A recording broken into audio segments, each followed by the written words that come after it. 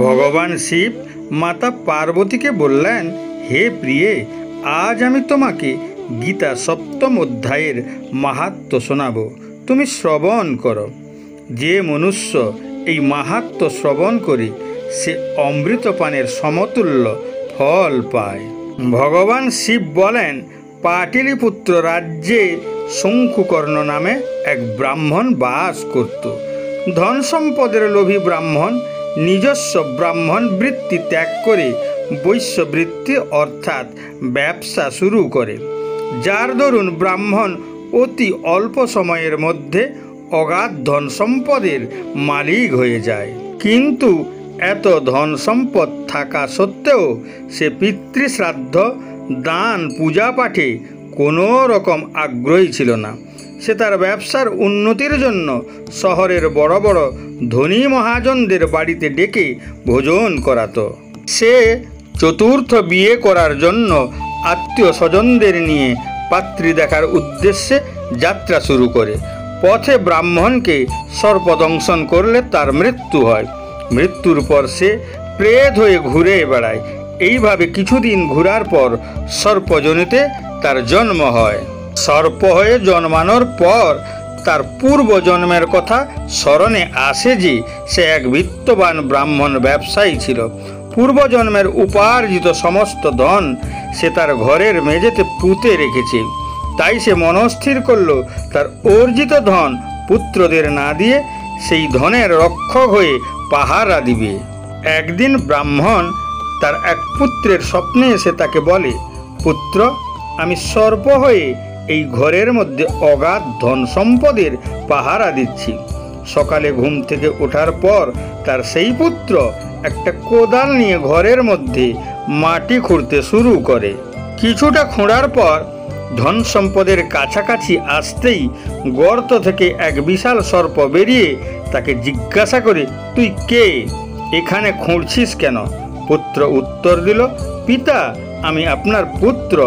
রাত্রে আপনি আমার স্বপ্নে এসে এই ধন সম্পদের কথা শুনিয়েছিলেন। সর্প বলল, তাই যদি হয় তবে তুই সবার আগে আমাকে এই সর্পজনি থেকে মুক্ত কর। পুত্র বলল, কি করলে আপনি মুক্ত হবেন আমাকে যথাযথ বলুন। পিতা বললেন, আমার শ্রাদ্ধের দিন কোনো সাত্ত্বিক ব্রাহ্মণের দ্বারা যদি ভগবদ্গীতার সপ্তম অধ্যায় পাঠ করা হয় তবেই আমি সর্পজনি থেকে মুক্তি পাব। সেই মতো তার পুত্র শ্রাদ্ধানুষ্ঠান করে সাত্ত্বিক ব্রাহ্মণকে দিয়ে ভগবদ্গীতার সপ্তম অধ্যায়ের পাঠ করালে তার পিতা সর্পজনি থেকে মুক্তি পায় এবং শ্রীকৃষ্ণের চরণপদ্ম লাভ করে। ভগবান শিব কহিলেন, হে পার্বতী, ভগবদ্গীতা সপ্তম অধ্যায়ের অপূর্ব মাহাত্ম্য তোমাকে বললাম।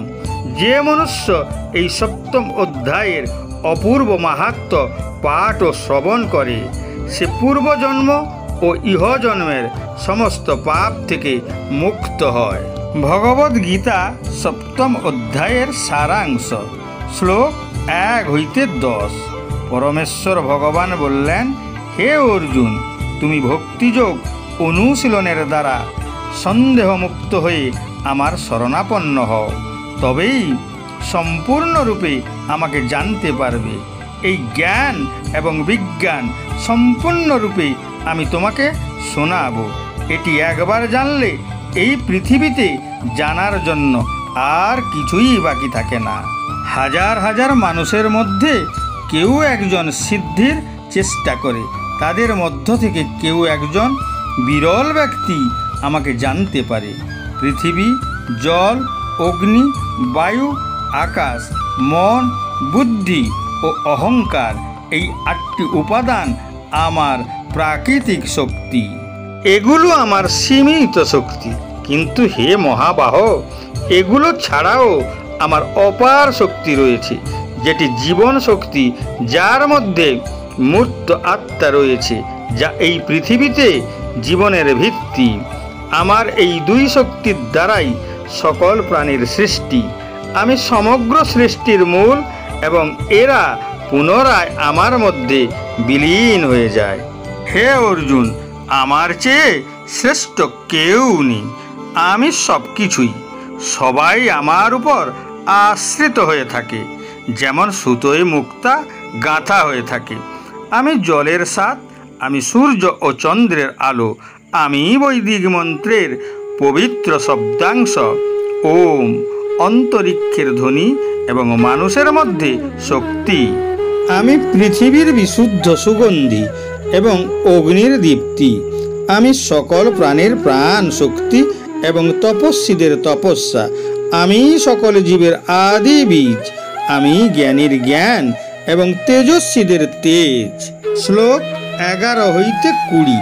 হে ভারত, আমি বলবান পুরুষের কাম এবং আসক্তিহীন বল। আমি সেই কাম যা ধর্ম বা ধর্মগ্রন্থের আজ্ঞার বিরোধী নই। প্রাকৃতিক 3 গুণ, সতগুণ, রজগুণ ও তমগুণ কেবল আমার শক্তির দ্বারাই প্রকট হয়। এই সবই আমার মধ্যে আছে, কিন্তু আমি ত্রিগুণারোহিত। মায়ার ত্রিগুণে মোহিত হয়ে এই জগতের মানুষ আমার চিরন্তন ও অবিনশ্বর রূপ জানতে অক্ষম। প্রকৃতির এই 3টি গুণের সমন্বয়ে গঠিত আমার ঐশ্বরিক শক্তি মায়াকে জয় করা খুবই কঠিন, কিন্তু যারা নিজেকে আমার কাছে সমর্পণ করে তারা সহজেই এই মায়াকে অতিক্রম করে। 4 প্রকারের মানুষ আমার আশ্রয়ে নেই। যারা জ্ঞান থেকে বঞ্চিত, যারা হীন স্বভাবের কারণে আমাকে জানার যোগ্যতা থাকা সত্ত্বেও অবজ্ঞার কারণে জানার চেষ্টা করে না, যাদের বুদ্ধি বিভ্রান্ত এবং যারা আসুরিক প্রকৃতির। এবং যে 4 প্রকার মানুষ আমার আশ্রয় নেয়: পীড়িত, জ্ঞানের কৌতূহলী, সংসারের সামিত্যে অভিলাষী এবং পরম জ্ঞানী। এদের মধ্যে আমি তাদেরকেই শ্রেষ্ঠ মনে করি যারা জ্ঞান প্রাপ্ত হয়ে আমার উপাসনা করে। আমি তাদের খুব প্রিয় এবং তারা আমার খুব প্রিয়। নিঃসন্দেহে আমার ভক্তরা সকলেই মহান, কিন্তু যারা জ্ঞানী এবং স্থির চিত্তের অধিকারী এবং যারা আমাকেই চূড়ান্ত লক্ষ্য হিসাবে মনে করে, আমি তাদেরকে আমার সমতুল্য মনে করি। শ্লোক 21 হইতে 30। অল্প জ্ঞানী ব্যক্তির প্রাপ্ত ফলও নশ্বর হয়ে যায়, কারণ দেবতাদের পূজা করে তারা দেবলোক প্রাপ্ত করে, আর আমার ভক্তরা আমার পরম ধাম লাভ করে। বুদ্ধিহীন লোকেরা আমার অবিনাশী সর্বোত্তম দিব্য স্বরূপ জানতে পারে না। তারা জানে ঈশ্বর প্রথমে নিরাকার এবং পরে সাকার রূপে বিদ্যমান। আমি সবার কাছে দৃশ্যমান নই, কারণ সকলেই আমার অন্তর্নিহিত শক্তি যোগমায়া দ্বারা আবৃত। তাই মূর্খ ও অজ্ঞ লোকেরা জানে না যে আমি অজন্মা ও অবিনশ্বর। হে অর্জুন, আমি অতীত, বর্তমান এবং ভবিষ্যৎ জানি। আমি সমস্ত প্রাণীকে জানি, কিন্তু কেউ আমাকে জানে না।